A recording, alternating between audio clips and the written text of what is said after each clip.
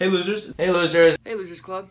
You sent in some of your questions, and I'm here to answer them. Thank you for joining us, in this Q&A adventure. We are going to answer some Mom Said No questions as questioned by the fans. Okay.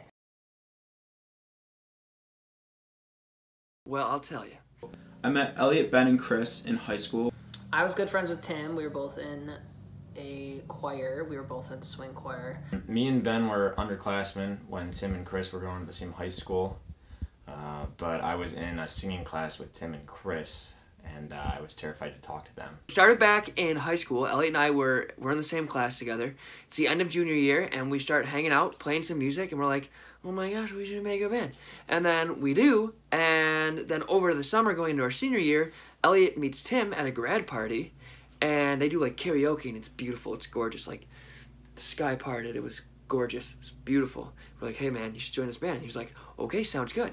Now, fast forward to that next winter, and Chris, we invite Chris to a show, be like, hey, would you be interested in, playing the keys, tickling the ivories, being a rock star, singing, he can hit those high notes.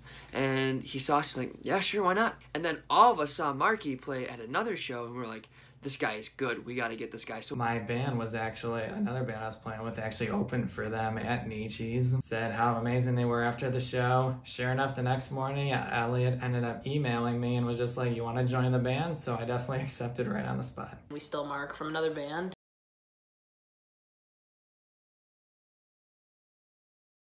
We based it off of Stephen King's novel, It. The group of kids that wanted to defeat Pennywise called themselves Losers. So we released our album and called it Welcome to the Losers Club, and we figured that our best name for you guys would just be able to follow that story. it's because of this wonderful piece right here. That is the name of our first full-length album. It's called Welcome to the Losers Club. In high school, at least for me, I always felt different and kind of like an outsider. So with that, it kind of fueled the fire of, reaching out to fans and to people who also felt the same way, felt different and felt like an outsider. And what better way to call your fans than losers? So We feel like that the Losers Club definitely embodies something that, because we all definitely at one point in our lives that felt like outcasts. So being part of the Losers Club definitely embodies that entire time that everybody feels like an outcast. Anybody can feel like they just don't belong. So if you don't feel like you belong with anywhere else, at least together we can all belong.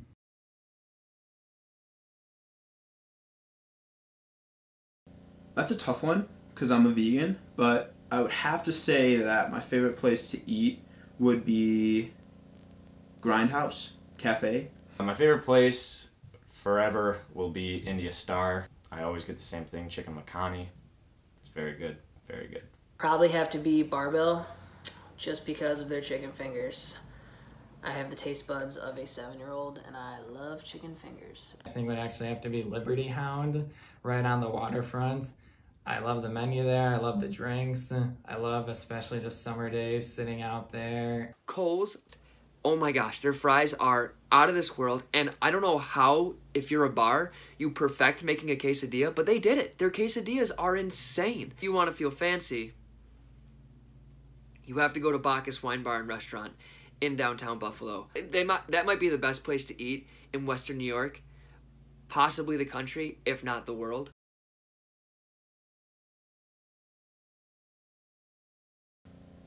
Ooh, that's a good question. My favorite song would probably be Irreplaceable. It's between Start Again and Still Alive. It would definitely have to be Upside Down. What I have to go with, I'll go with Memories, because I started. Well, I have three. The first one being Memories. Second is Start Again, which is alt-rock to its core. And then Still Alive, which is like the ultimate rock song. Like,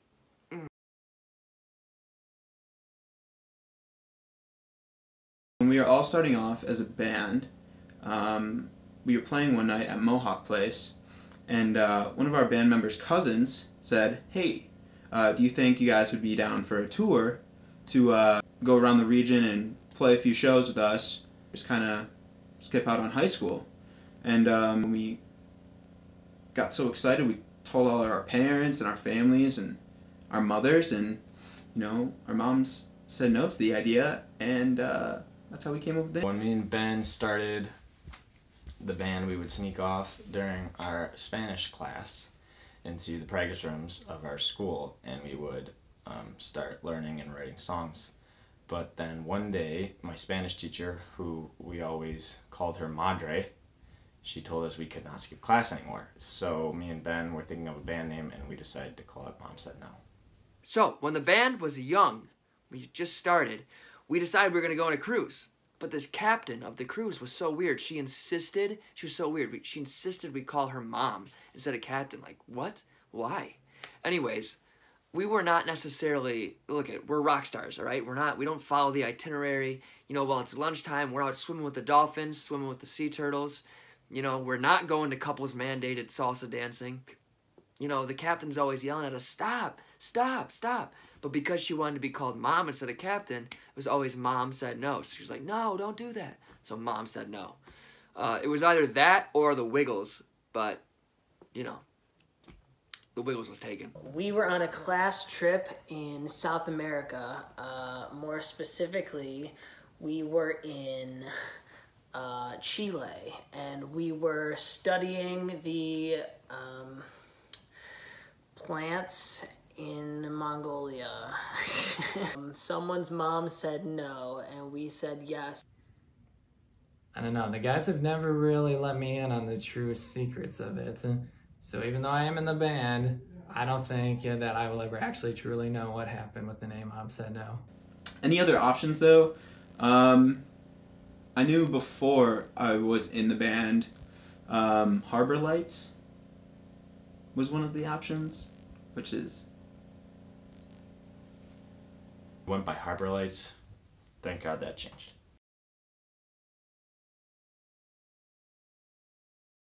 I know this is like a cliche, but I definitely want to try skydiving. I know a lot of people think it's dumb because, why do you want to die? Falling out of an airplane, but I feel like it's a thrilling experience that you only experience once. One thing that I think would be cool would be to record in Sun Records.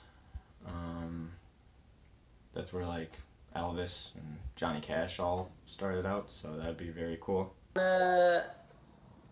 Like jump off something, but with a parachute. Not skydiving, because I don't want to have to like pull the chute. I want to like jump off, say like jump off a dam or something, and already have like the chute with me, so I can just kind of like coast. Yeah, I think that'd be cool. I have 2 places I need to play. These are literally like dream come trues if I got to play here. So the first one is KeyBank Center. That is where the Sabres play. I have seen so many Sabres games. I have seen so many concerts and comedy shows there that literally playing there and giving that experience to somebody else would be like a dream come true. That would be like the coolest thing I could ever possibly do. Part 2 to that question is, or like my second favorite or second bucket list item, I don't know, would be to play Red Rocks Amphitheater. I think that is just probably one of the coolest looking venues I've ever seen in my life. Top of my bucket list is to one day be able to go to all the Disney parks in the world with my girlfriend Jessica.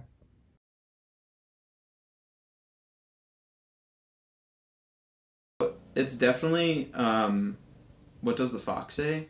I feel like that song is, it's good, but after one play, you might want to punch someone in the face. Probably It's Friday by Amanda Black. I only have to hear that once to want to rip my hair out, so that should get the job done. Safety song, the S-A-F, safety, whatever. It's like from the 80s, I think. I hate that song. One is Replay. I don't know who sings it, but imagine that, like even 5 times over. I'd go crazy. Personal favorite would have to be Never Gonna Give You Up by Rick Astley. Definitely miss the days when everybody used to get rickrolled on YouTube, so I definitely feel like many hours of just hearing that chorus and over and over again would be a great way to make somebody a little crazy.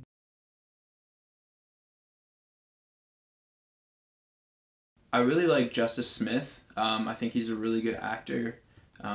He plays in The Get Down. He also played in All the Bright Places and Detective Pikachu. Really talented, and he's also like dabbled in music and stuff like that too. So he's an overall artist, and really like his work. I would just want Chris Pratt because he's my favorite actor, or Joseph Gordon-Levitt. I don't even care if they look like me. Zach Braff. No doubts. No, don't even have to hesitate. Ooh, okay, I pick Freddie Highmore. I feel like he's kind of awkward and skinny, and yeah, Freddie Highmore. I would prefer Louis Tomlinson, formerly of One Direction. I feel like hair-wise, he would definitely be able to pull it off really well. And personality-wise, I think he would definitely be a good match. If Zach Braff wouldn't want to do it, Kermit the Frog. Those are my only two options. It's those or bust, or don't make the movie, or make it without a bass player.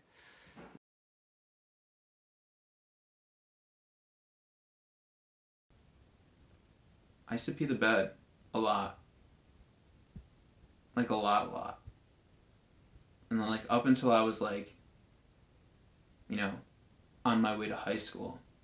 I slept in my parents' bed till I was like 14. So that's a bit embarrassing. But at least I wasn't wetting the bed till that age. You're not gonna show this, right? To anybody? Okay. That's good. See, now that's tricky because whenever something happens in my life, I immediately just text the band group chat. So probably this is something that I don't think anybody really knows, but I am celebrity and world-renowned bass player Flea from the Red Hot Chili Peppers. It's just a little fun fact about me.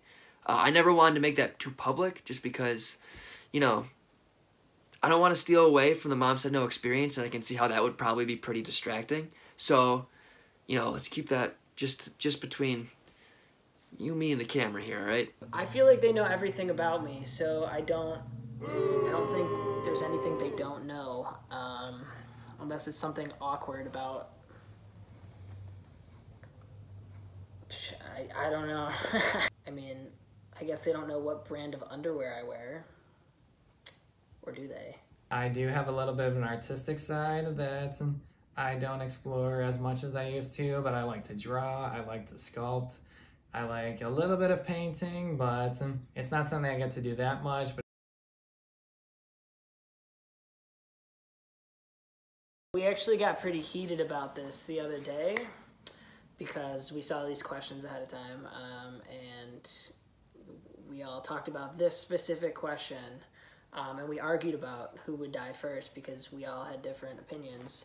But I will give you the official order of who's going to die in a zombie apocalypse here.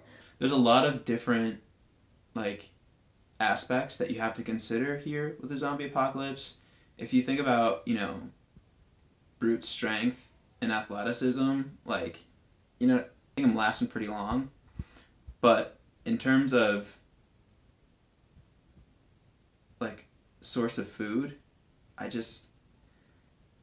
don't know. I think because I'm a vegan, I wouldn't really have that much to eat.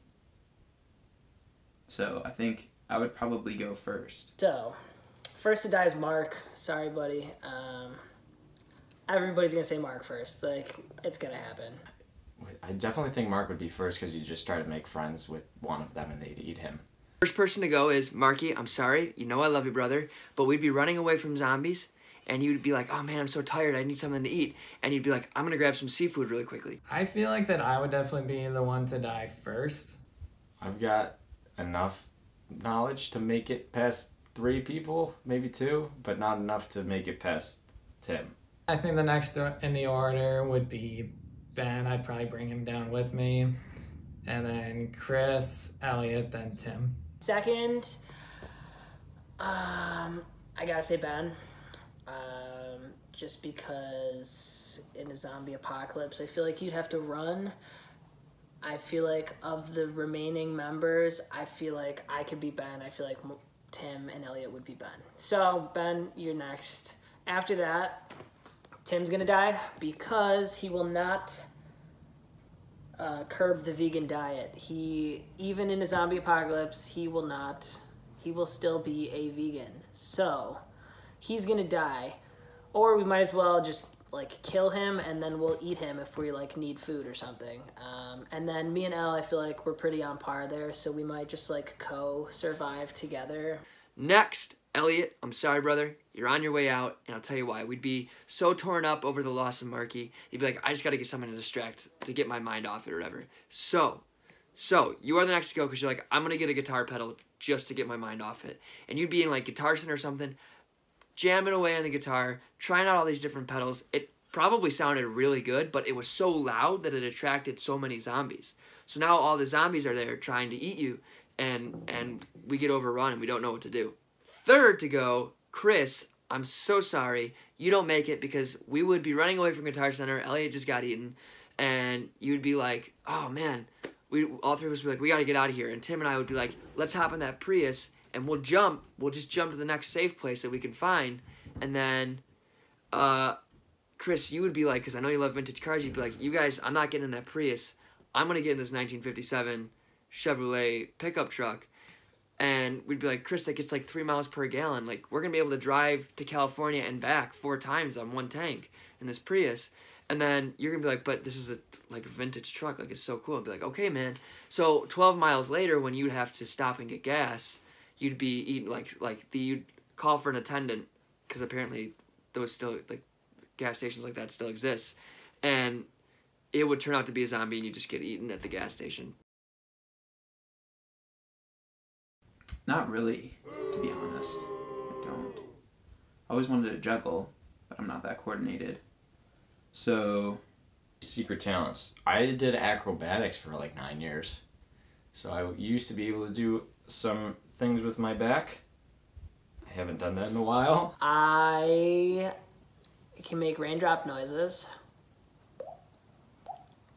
Can put my foot behind my head. Should I do it?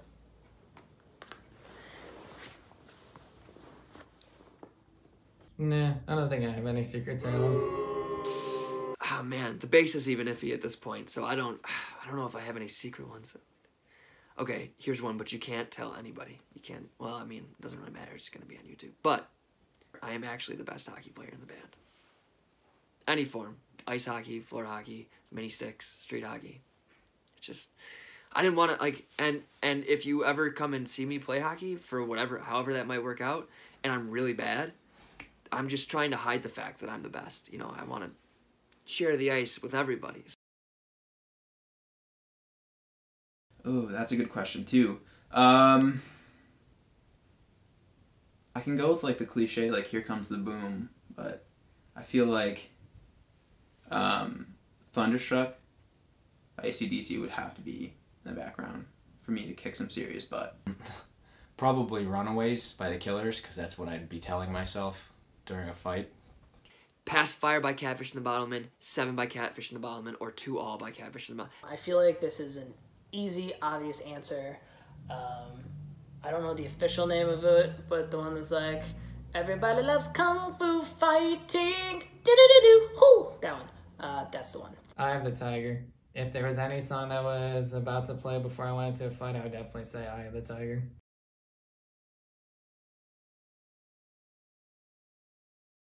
Either Timmy Turner, because we share the same name, except the last name, obviously, or Jimmy Neutron, because that boy's cranium is something else, out of this world. It's not running anymore, but my favorite TV show is The Office, and I really don't care who I would be. I think it would just be fun to actually be in that kind of fun atmosphere. Except I don't want to be Toby. Everyone hates him. I like Barney Stinson a lot because I think he's just a lot of fun. I definitely wouldn't mind wearing the suits all the time. And definitely just a big fan of Neil Patrick Harris. So I like to see what I can do stepping into his shoes. Maybe somebody from New Girl. Maybe like... I'm going to say I would switch places with Schmidt. Only because I feel like Winston and Nick are funnier than Schmidt, and I would want to experience their funniness. So Schmidt, sorry, buddy. I just finished a show on Hulu, 11/22/63 with James Franco, was so cool. And the main character, Jake Epping, played by James Franco, can time travel. But I don't know, I think I would probably switch places with him for a week, because I could go back between like this decade and the 60s, and it'd be pretty cool.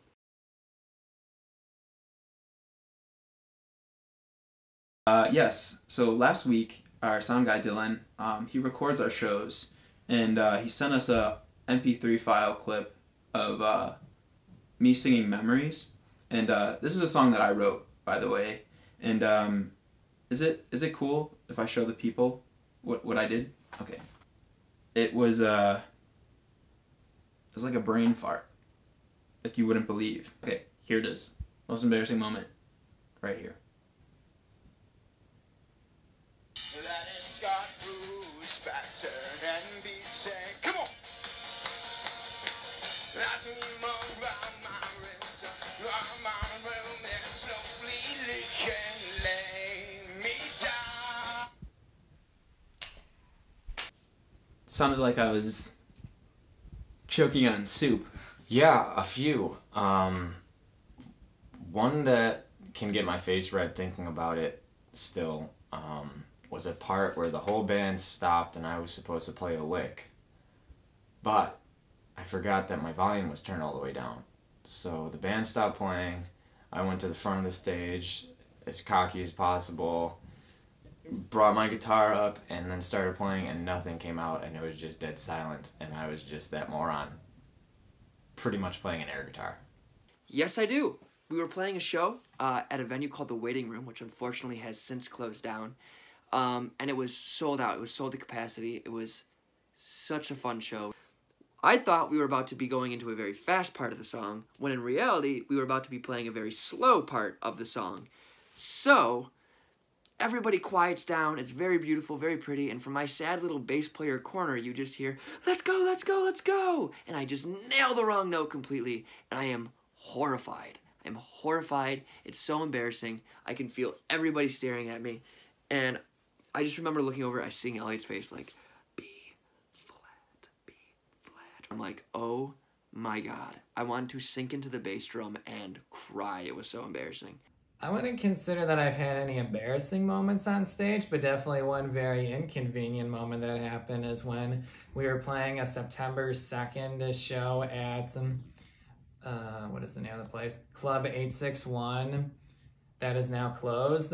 Before we started Still Alive, my drum stool actually ended up slipping kind of off the stage, so I ended up again like half like trying to play like this the entire time while trying to play through that song. Couldn't get it back onto the stage, but we made it through the song. If he doesn't say this one, then this needs to make it in the video, because it's not embarrassing for me, but it kind of is because it affected my instrument.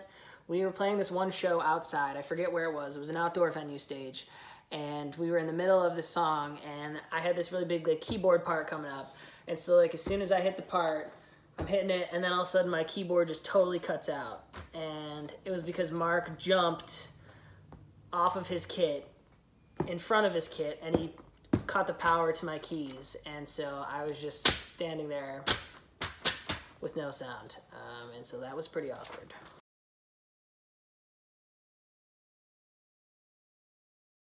Whatever horror movie is under a budget of like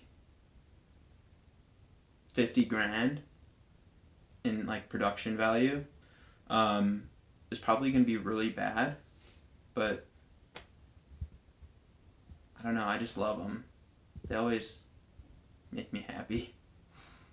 When I was a little kid, me and my sister used to watch some really bad B-movie horror films like Snakehead Terror and Tremors. So those hit the heart. It's a horrible movie, and I think it's a horrible movie, but I think it's great because of the actor in it. It's called The Clapper. It's just a really stupid movie, but it's kind of funny. Charlie and the Chocolate Factory, the 2005 version, I definitely prefer that version compared to the Willy Wonka version from the 70s. So if you're a fan of that version, I'm sorry. Johnny Depp all the way for Willy Wonka.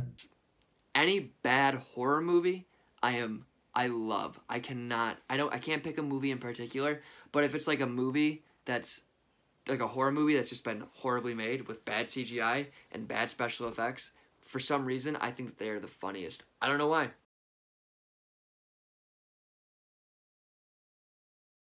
I wish I grew up in the 80s. The hair was large. The music was great. The outfits were out of this world. And yeah, the 80s for sure. I feel like the 80s is always the answer to go with. But I'm going to go with the 60s, and really just because I think it would be cool to go sit at a diner and drink a chocolate malt or a milkshake. That's it. Ooh, the 60s would have been cool. I mean, the Beatles, the Beach Boys, the cool cars, small town diners with milkshakes. That'd be pretty cool. I wish I grew up in the 60s solely for the cars. I think 60s cars are probably the coolest cars. Wish I would have grown up in the 80s. Music-wise, it was definitely, I think, the best decade.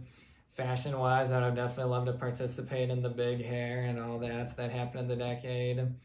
And just seemed like a really fun, simple time to be living.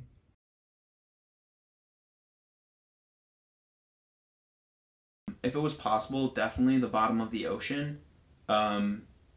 Because, I don't know, I feel like there's some crazy things down there that have yet to be explored by human beings.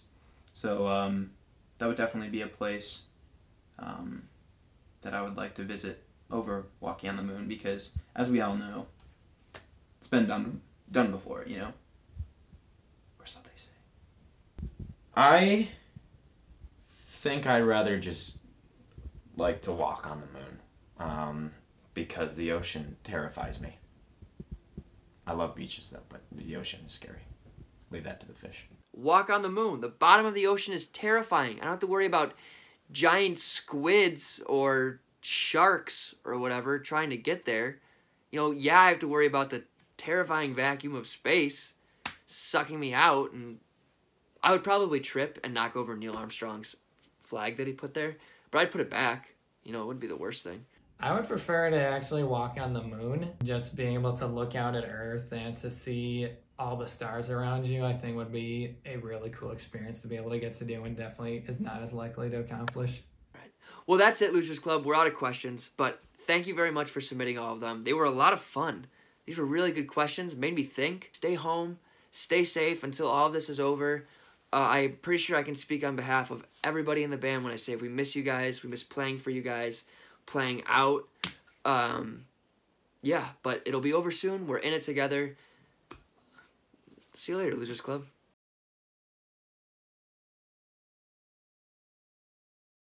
Hope for the best here. This one's called a, forgot what this is called, but here we go.